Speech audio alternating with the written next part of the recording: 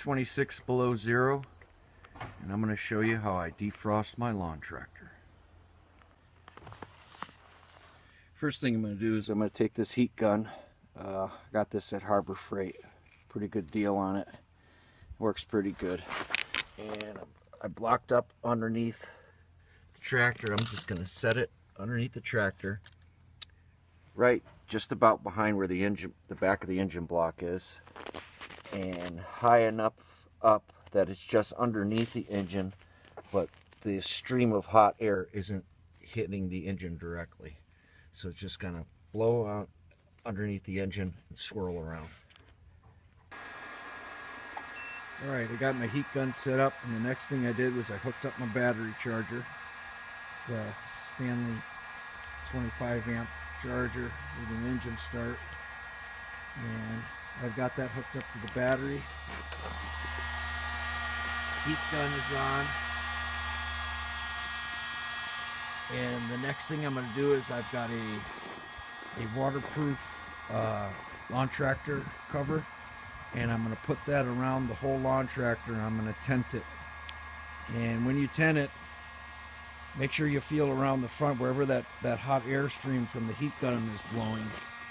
You want to make sure that it's not burning that tarp, because you don't want to set that on fire for sure. But I'll tent it, and then I'll show you what I got. Okay, got it tented.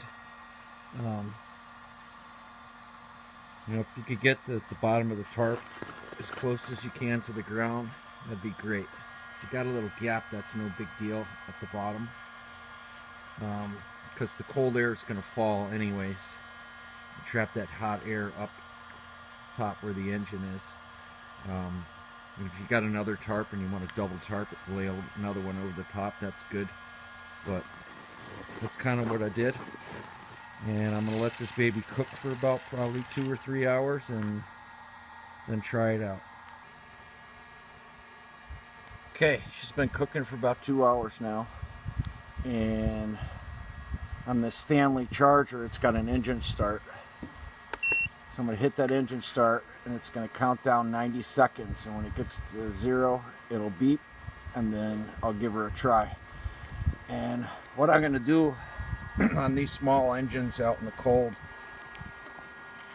I leave the choke off, and I roll the motor over so she breaks free for a couple of seconds. Once she breaks free and she's rolling, then I'll slowly apply the choke until it catches, and just keep it choked enough just to keep it running, and then try and release the choke. A big mistake you make is when you choke it right away.